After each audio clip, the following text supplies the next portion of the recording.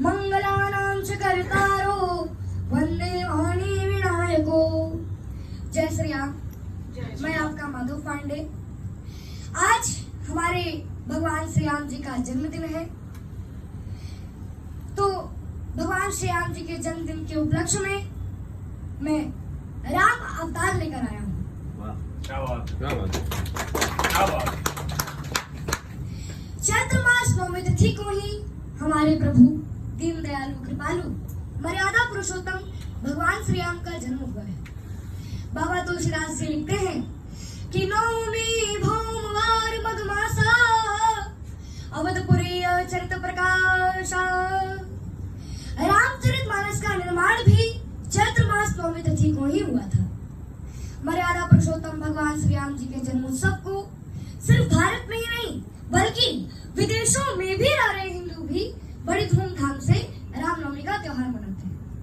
मान्यता है कि इस दिन सरजू नदी में स्नान करने से या नहाने से सभी पाप नष्ट हो जाते हैं और भक्तों को भगवान श्री राम जी की कृपा भी प्राप्त होती है। भगवान राम के जन्म का अनेकों कारण है, क्योंकि रावण ने भी ब्रह्मा जी से वरदान मांगा था कि हम काहू के मारे न मारे ओ बानर मनुज जाते दो बारे। मतलब कि हम किसी के मारने से नहीं मरे, हमारी मृत्यु केवल बंदर और मनुष्य के हाथों से हो। जब ब्रह्मा जी ने मस्तू कह दिए तो रावण मन ही मन मुस्कुराया कि बंदर और मनुष्य को तो मेरे राक्षस सेना ऐसे ही खा जाएंगे। इसलिए भगवान श्री हरि को अवतार धारण करना पड़ा। अवतार की धारणा सार्वभौम है। हिंदू धर्म शास्त्रों के अनुसार 10 और 24 अवतारों का उल्लेख श्रीमद् भागवत में मिलता है। अवतारादि संख्या हरे सत्व निधे द्विजा यथा विदासिनः कुल्या सरसः स्युः सहस्रशः।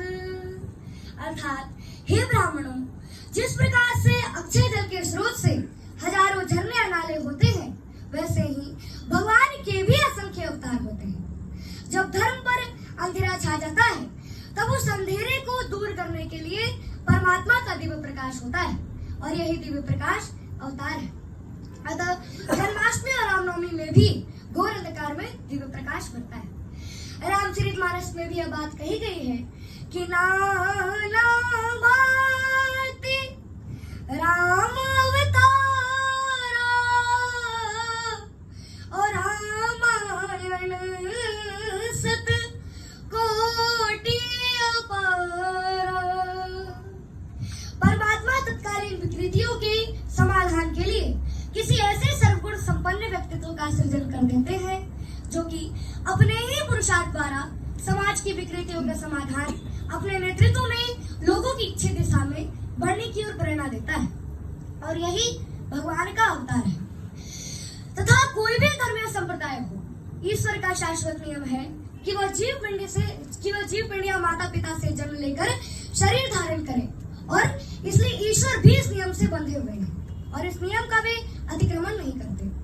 जब राजा मनु को पता चली कि उनकी सारी उम्र ऐसे ही बीत गई और उन्हें स्मरण हुआ कि हमने तो कभी प्रभु का ध्यान किया ही नहीं, उनकी चौथी अवस्था बीत रही थी और अचानक ही उन्हें वैराग्य उत्पन्न हो गया।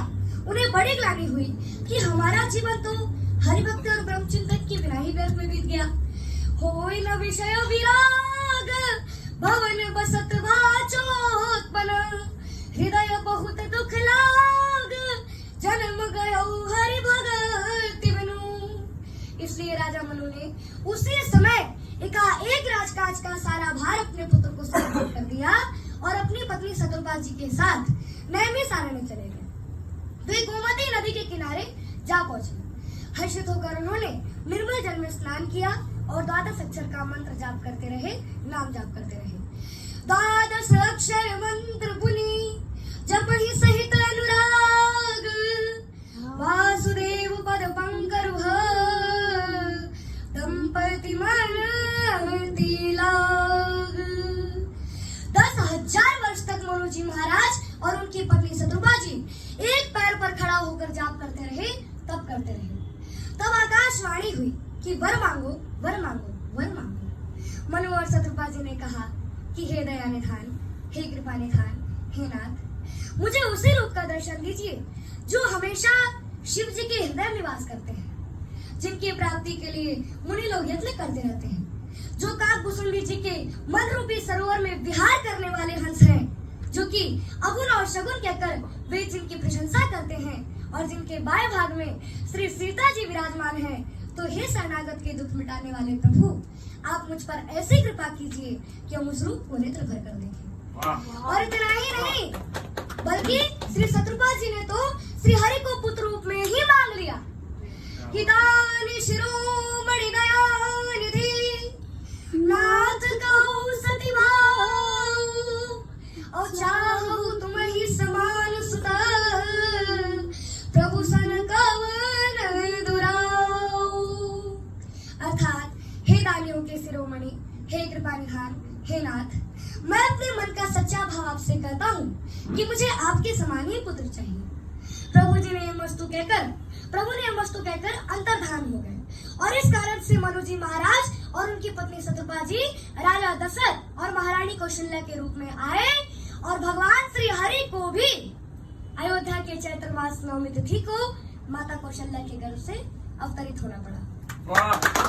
नवमी तिथि मधुमास पुनीता, शुक्ल पक्ष विजित हरि प्रीता, मध्या दिवस शीतल धामा, पावन काल लोक विश्राम। अर्थात जब हमारे प्रभु का जन्म हुआ तब पवित्र चैत्र का महीना था, शुक्ल पक्ष नवमी तिथि थी और भगवान का प्रिय अभिजीत मुहूर्त भी था। दोपहर का समय था, ना ही बहुत सर्दी थी और ना ही अति धूप थी। ये पवित्र समय सभी लोगों को पवित्र कर देने वाला था। जब हमारे प्रभु ने जन्म लिया तो वे चतुर्भुज रूप में आए, जिसे देखकर माता कौशल्या डर गई और बोली कि हे प्रभु, आप मेरे पुत्र रूप में आए या पिता रूप में आए हैं? अगर आप मेरे पुत्र रूप में आए हो तो मनुष्य रूप धारण करो और शिशु रुदन करो। माता की आज्ञा पाकर भगवान शिशु बन गए और रुदन करने लगे। शिशु की रुदन सुनकर सभी देवी देवताओं और प्रभु ने पूछा कि हे प्रभु, आप रुदन क्यों कर रहे हो, रो क्यों रहे हो? तब प्रभु ने कहा कि नंबर 1, मेरी माता का आदेश है कि मैं रुदन करूं, इसलिए मैं रो रहा हूं। और नंबर 2 कि आप सबों के दुख और विपत्ति को मैंने अपने सिरोधैर्य धारण किया है, तो इसमें तो मुझे रोना तो पड़ेगा ही। पिता दशरथ की मृत्यु, भार्या सीता का हरण, पिता तुल्य जटायु की मृत्यु और भैया लक्ष्मण का शक्तिमान, इन सब में तो मुझे रोना तो पड़ेगा ही। इसीलिए मैं रोने का अभ्यास अभी से ही कर रहा हूँ। आप लोग जाइए और नाचिए, गाइए और खुशियां मनाइए। शिशु की रुदन सुनकर दासियां दौड़ी और राज दरबार में महाराज को समाचार दिया कि लल्ला भयो है महाराज, लल्ला भयो है कि पुत्र जन्म सुनी दशरथ का नाम, मानहु ब्रह्मा नंद समान। अर्थात राजा दशरथ जी पुत्र का जन्म सुनकर मानो ब्रह्मानंद में समा गए। पुत्र पाना राजा दशरथ जी की सबसे बड़ी कामना थी। उन्हें एक भी पुत्र मिल जाता तो वे धन्य हो जाते, लेकिन आज तो उन्हें चार पुत्र प्राप्त हुए हैं। चारों ओर बधाइयां बज रही है। सभी देवी देवता, यक्ष, गंधर्व, किन्नर सभी लोग खुशियां मना रहे हैं, नाच गा रहे हैं और राजा दशरथ जी से बधाइयां ले भी रहे हैं और साथ में बधाइयां मांग भी रहे हैं कि कंगन ले बोजी ललना के बधाइयां, कंगन ले बोजी ललना के बधाइयां, हाथी ले वो घोड़ा ले वो माल खजाना तोड़ा ले वो, हाथी ले वो घोड़ा ले वो माल खजाना तोड़ा ले वो, अरे दूधवा पिए के खातिर ले वो तेनू गैया, कंगन ले बोजी ललना के बधाइयां। और माता कौशल्या भगवान श्री राम जी को गोद में लेकर भोग लगा रही है और बड़ी ही आनंदित हो रही है, बड़ी ही सुख पा रही है कि राघव लला को खिलावे, कौशल्या मैया ते सुख पावे, राघव लला को खिलावे, कौशल्या मैया ते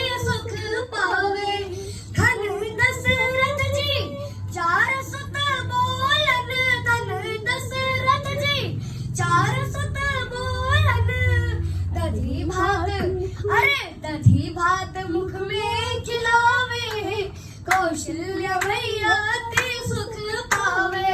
अपन अचरा से, अरे अपन अचरा से लल्ला को छिपावे, कौशल्य भैया ते सुख पावे। भगवान कुछ बड़ी राघवेंद्र श्री राम की जय।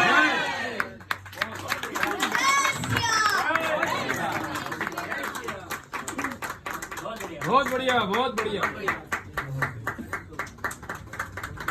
तो एक्चुअली सफल हो गया हमारा।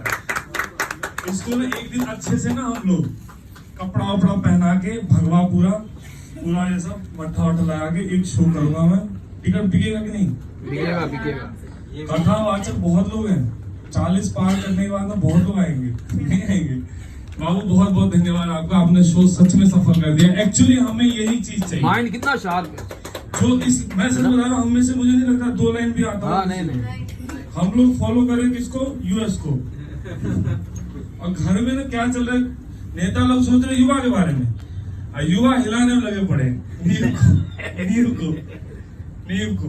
वोट देने के लिए उनके पास टाइम नहीं है। बताओ कौन जाना चाहो, उस दिन भी गर्लफ्रेंड को फोन करेंगे, भाई आ जाएगा। आजकल लेकिन गर्लफ्रेंड सबको थोड़ी रहती है। गर्लफ्रेंड भी ब्रो करके बात करते हैं यार, मुसीबत है। चलो बाबू बैठो। लेकिन गर्लफ्रेंड सबकी थोड़ी रहती है भाई। मैं जाऊँ